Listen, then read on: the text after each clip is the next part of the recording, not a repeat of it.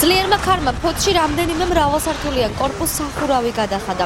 ქარმა ქალაქის ცენტრში 100-წლოვანი ხეები წააქცია.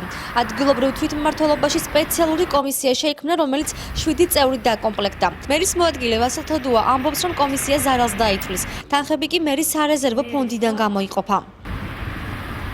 საღამოს ჩვენ გვეცოდინება თუ რა თანხასთან იქნება დაკავშირებული ეს ხარჯები. ამისთვის სარეზერვო ფონდი არსებობს მერის განკარგულებაში და აი ამ წყაროდან მოხდება იმ ზარალის დაფინანსება, რომელიც არის დღეისათვის ამ სტიქიის შედეგად. მთელი დღის განმავლობაში მოსახლეობის ნაწილს ელექტროენერგია შეზღუდვებით მიეწოდება. ენერგოპროჯორჯია საზოგადოებასთან ურთიერთობის სამსახურის ინფორმაციით გათიშულია 1800-მდე აბონენტი. ათივე ინფორმაციით აღდგენითი სამუშაოები მიმდინარეობს. ენერგოპროჯორჯიას ფოთის სერვის ცენტრის ბრიგადები ოპერატიულად მუშაობენ.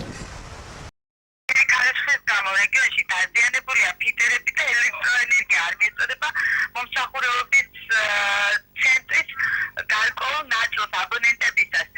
კონკრეტულად ფოთში 1800 აბონენტამდე არის ამ წუთში ელექტროენერგიის გარეშე.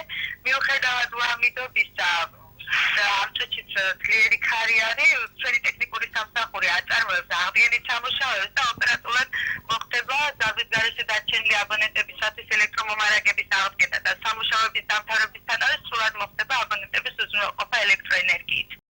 სინოპტიკოსების პროგნოზით დასავლეთ საქართველოში ქარი ხვალამდე შენარჩუნდება. ხვალ გამოიდარებს და შედარებით დათბება.